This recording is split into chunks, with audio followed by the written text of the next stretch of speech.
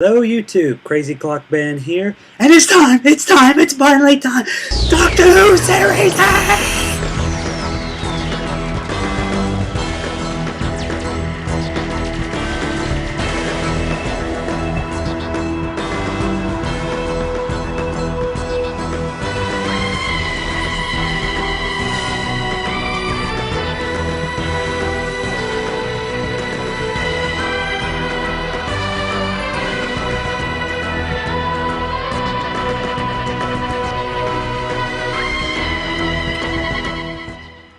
That's right folks, Series 8 is here, which means Peter Capaldi's in and Matt Smith is out. I'll come back.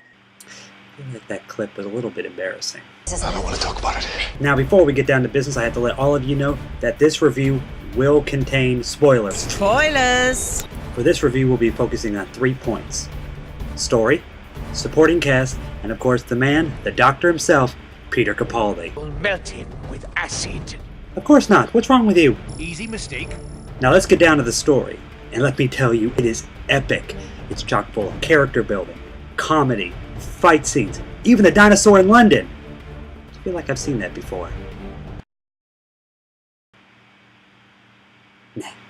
Now the episode starts with a T-Rex rampaging around England, which of course attracts the attention of our favorite Whovian support group. And where would the B-Team be without the A-Team?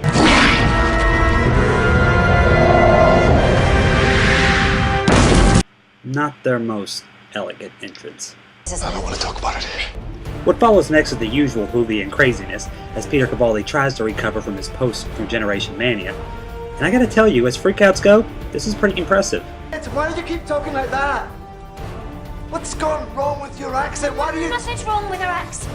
You sound the same. It's spreading. You all sound all... English.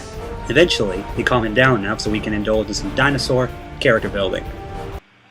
And you heard me right. Dinosaur character building. The trees, the sky have come, and I am alone now. Alone. Are you translating? Now I understand why they did this. I found it a little weak. It's hard for me to relate to something when I've seen it do this. But quicker than you can say, oh my god, there's a burning dinosaur. The dinosaur catches on fire! A dinosaur is burning in the heart of London. I know! Now this is when the episode changed to become much darker. Sweeney Todd without the pie. A little bit, yeah. I mean, we've got guys getting impaled, organ-stealing robots, giant skin balloons. Yeah, giant skin balloons! I mean, what the heck was that about? I don't want to talk about it. Now, some people said they were a little turned off by the darker tone of this episode. Which I can understand. We only ever touched on some darker elements with Matt Smith. But I actually found the darker elements of this episode to be very refreshing. Whereas Matt Smith was able to bring a younger, newer audience to Who, Peter Capaldi and the darker tones of this series have the potential to bring a much more mature audience back to it. I might need it. Very true. Now, what I didn't like about this episode. What, do you have a problem with the grey one? No, not that. Now, the first thing I did not like about this episode was the location. Boring. I know, right? Of all the places they could have picked, they picked Victorian England. They have done this to death. Old habits. The second thing I don't like about this episode is the choice of villains. I've got the horrible feeling I'm gonna have to kill you. Hear me out. While I absolutely love the main antagonist, You have good eyes. I was a little bit disappointed that instead of coming up with a new monster, they decided to use a previously established creature, which in my opinion was a little bit lazy. Shut up. Yes, sir.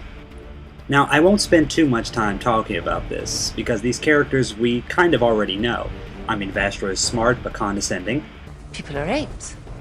Jenny is sweet but kinda badass. Oi! Mary!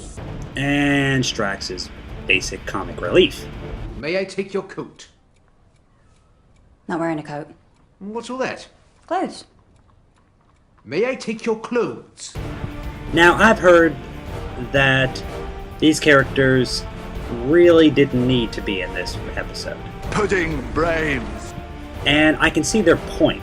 I mean, they really didn't give anything towards character development. I mean, the scene where Peter bounces ideas off that hobo is much more productive than anything they gave to the episode. Do you ever look in the mirror and think, I've seen that face before?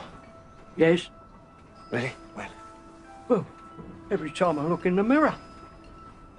Oh, yes.